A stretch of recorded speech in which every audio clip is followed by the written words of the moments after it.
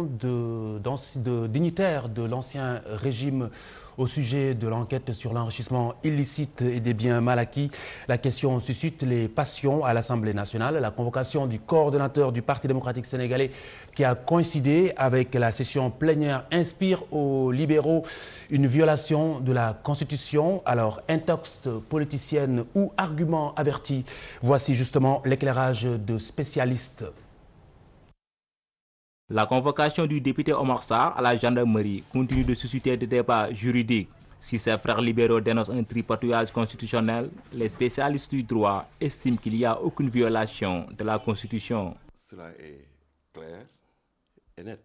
On a dit qu'aucun député ne peut être poursuivi ou arrêté pendant qu'on est en session, sauf si c'est une autorisation de l'Assemblée nationale.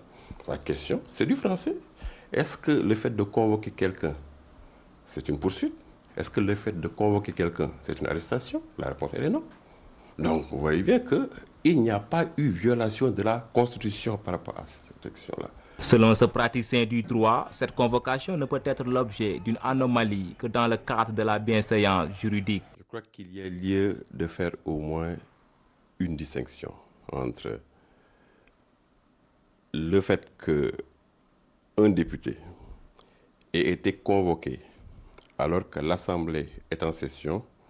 On peut peut-être là élever, en tout cas développer des arguments liés à la courtoisie. Pour l'instant, l'enquête est en cours, mais si Omar Sarr et compagnie sont reconnus coupables, ils seront passibles de la Haute Cour de justice. Les ministres ne sont justiciables que de la Haute Cour de justice, mais pour le moment, personne n'est inculpé, personne n'est poursuivi, personne n'est arrêté. Voilà pourquoi c'est un peu trop tôt pour moi de parler de violation de la Constitution par rapport à tous ces faits auxquels nous assistons.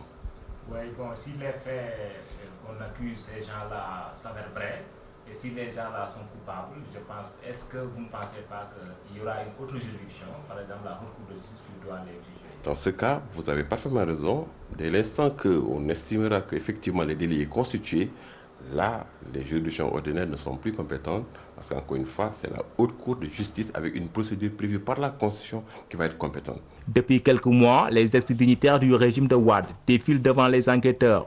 Le peuple sénégalais, pour sa part, attend que cette affaire soit tirée au clair et quel qu'en soit le résultat. Les députés ont voté à l'unanimité la loi organique abrogeant la loi